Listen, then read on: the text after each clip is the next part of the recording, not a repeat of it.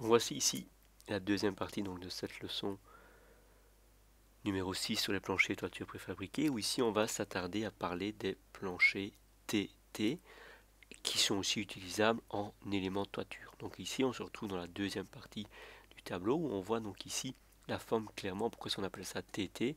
Parce que on a un premier T qui est formé et ici un deuxième T qui est formé. Alors, il faut savoir que ce type de plancher est parmi l'entièreté le plus performant, donc en termes d'utilisation de matière, reprise de charge, portée. Il n'y a pas mieux que lui. Maintenant, un des inconvénients, c'est que voilà, c'est très très haut comme plancher. On voit quand même à des hauteurs qui sont presque de l'ordre maximal à 80 cm. Donc on est plutôt en ordre pratique de l'ordre de, allez, on va dire 30, 50, voire 60 cm de hauteur, on peut aller jusqu'à 80. Par contre, il vous offre des portées qui sont au-delà de toute espérance, qui sont au-delà des 20 mètres sans aucun problème. Et on voit ici qu'en calpinage, en largeur, ce sont des éléments qui sont toujours calpinés suivant des largeurs de 2,40 m, avec un poids surfacique qui est relativement, on va dire, faible par rapport à la capacité de longueur. Ça tourne aux alentours, comme vous le voyez, des 200 à 500 kg du mètre carré. Donc on va essayer de s'attarder maintenant sur les catalogues de fabricants. Alors à la page ici numéro 33 du catalogue de chez Ergon, on voit donc ici, chez Ergon, les possibilités qu'il existe. Alors il y a trois gammes en éléments de profil donc de plancher TT. Il y a une première gamme à 60 cm de hauteur, une gamme à 80 cm et enfin un peu plus petit ici, 350 mm, pardon j'ai peut-être dit cm mais c'est des millimètres, donc 600 mm, donc 60 cm, 80 cm et 35 ici cm. Donc comme vous le voyez ici, c'est toujours calpiné suivant une largeur de 2400 mm, donc 2,40 m, et les nervures ont une entre-distance à chaque fois de 1,20 m. Comme ça facilite les éléments au niveau de la pose. Alors, ces éléments donc sont RF 1 heure 120 cm, donc 2 heures pardon, avec couche de solidarisation qui doit être au minimum de 6 cm. Quand on les utilise en élément de toiture, c'est toujours calpiné suivant une largeur de 2,40 m avec une entre-distance de 1,20 m entre chaque nervure. Et là par contre, les éléments de toiture, quand ils sont utilisés, ils sont capables de porter sur maximum 12 mètres, alors que les éléments de plancher c'est beaucoup plus, on dépasse les 20 mètres sans problème. Et ils ont eux une résistance uniquement de une demi-heure. Alors, quelles sont les caractéristiques intéressantes ici? C'est de voir que pour les éléments de plancher en 60, 80 et 35, le poids surfacique va pour les 35 à 168 kg par mètre carré jusqu'à maximum pour les 80, 546 kg du mètre carré. C'est déjà une conséquence relativement grande.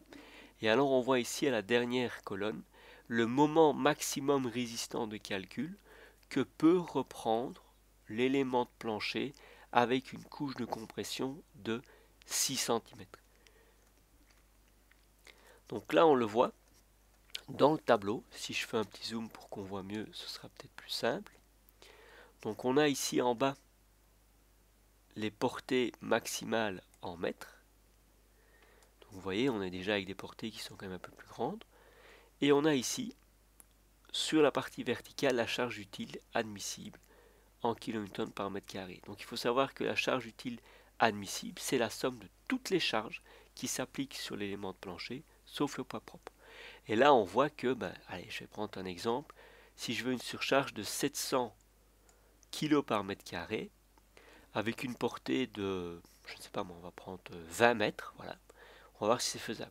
On va regarder ici, pour 7 mètres, avec une portée de l'ordre de 20 mètres, vous voyez que je dois aller chercher la courbe qui se situe au-dessus, et cette courbe m'amène à la valeur ici, c'est un TTP 800, donc c'est un plancher qui fera 80 cm d'épaisseur. Mais ça veut dire que je pourrais porter sur ce plancher une surcharge de 700 kg par mètre carré, ce qui est déjà quand même pas mal, avec une portée de 20 mètres. Donc je peux faire 20 mètres de portée avec une surcharge de 700. Vous voyez que c'est uniquement ces types de planchers qui amènent ces capacités.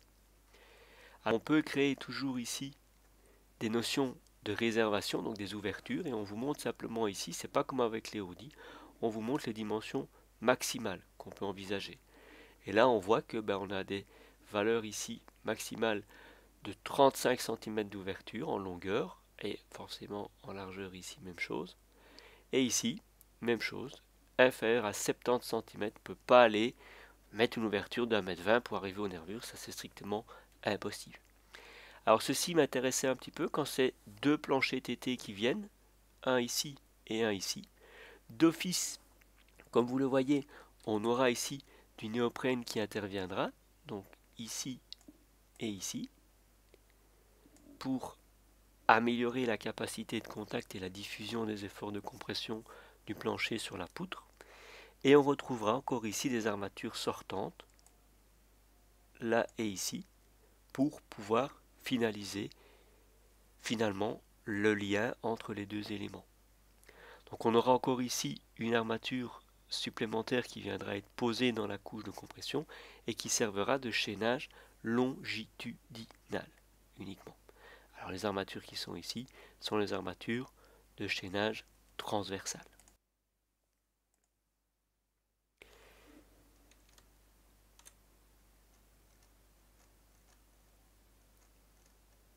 Alors ce que je voulais vous montrer ici, c'était qu'il existait deux types de possibilités d'appui, soit une première possibilité d'appui quand on a des éléments de plancher qui sont relativement épais, quand je prends le cas des 60 cm, en fait pour éviter d'avoir une hauteur de plancher de 60 cm qui est quand même relativement grande, on peut demander à la préfabrication de couper en fait l'appui. Et avec ça, en fait, on n'a qu'une hauteur maximale de 30 cm ici au-dessus de notre élément de support. Et on a encore 30 cm au niveau inférieur. Mais en fait, ça diminue la hauteur utile de plancher. Même chose ici, quand on a 80, on n'a plus que la moitié, à savoir 40 cm. Donc ça peut être plus facile à effectuer pour essayer de diminuer les hauteurs de plancher. Par contre, quand on a les éléments de plancher qui reviennent tels quels dessus, là il nous faut alors des distances minimales d'appui qui sont pour les 35 cm 12 cm, pour les 60 et les 80 c'est minimum 20 cm d'appui sur les éléments de structure. Alors on voit les images ici, peut-être pas suffisamment nettement, mais on le voit quand même, les découpes qui sont faites ici et ici. Et ça facilite grandement les hauteurs de plancher. Je regarde ici pour voir s'il y a encore quelque chose. Voilà, oui. Alors ici, vous le voyez, pour lever et manutentionner ces éléments, on doit le faire suivant les 4 points, comme ceci. Et ça vous montre comment on peut mettre les éléments en place.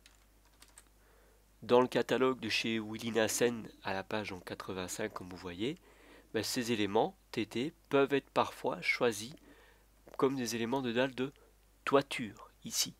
Donc on revoit les 4 points d'ancrage, et ici, dans les éléments de toiture, il y aurait 1, 2, 3 nervures, par rapport aux 2 nervures disposées dans les éléments de plancher chez Ergon. Quand on les utilise en toiture, il y a 3 nervures. Alors, comme élément de toiture, comme ceci, chez Willy Nassen, vous avez à chaque fois donc la largeur standard des 2,40 m, et alors on les a en deux types, deux hauteurs, soit des 175 ou des 355, qui sont les notions de hauteur des éléments de toiture. Ça va, donc le chiffre correspond ici au début à la hauteur H.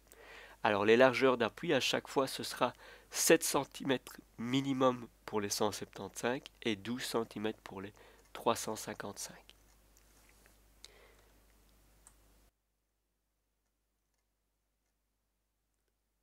Alors, comme on le voit ici, il y a des armatures dépassantes qui vont servir au chaînage. Je m'expliquerai ici directement après.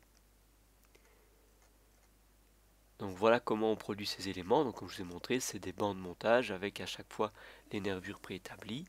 On met les armatures dans les nervures ainsi que sur la dalle et on vient avec une machine couler l'entièreté du béton. Alors voilà les caractéristiques comme je vous montrais.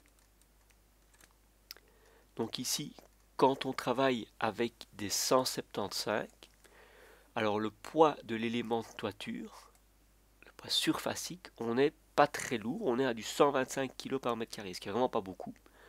Et en poids linéaire, on est à 300 kg du mètre linéaire.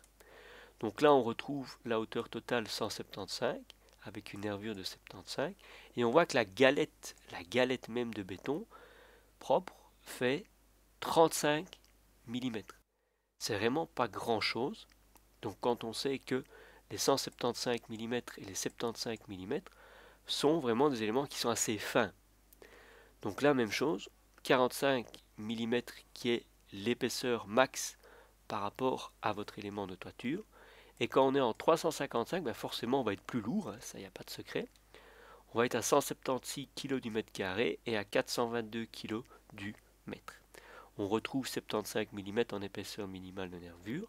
Et vous voyez, on a toujours les épaisseurs de galette de 45 mm et 35.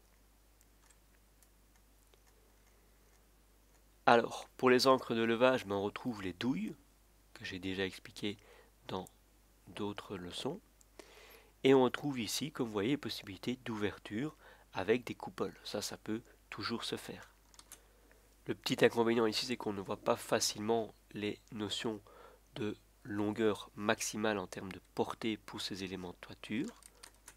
Et donc si vous voulez donc avoir une notion de combien en portée réellement l'élément de toiture est capable de porter, il faut aller chercher donc ici, toujours chez Willy Nassen, ce catalogue avec cette fiche-ci, qui vous montre en fonction donc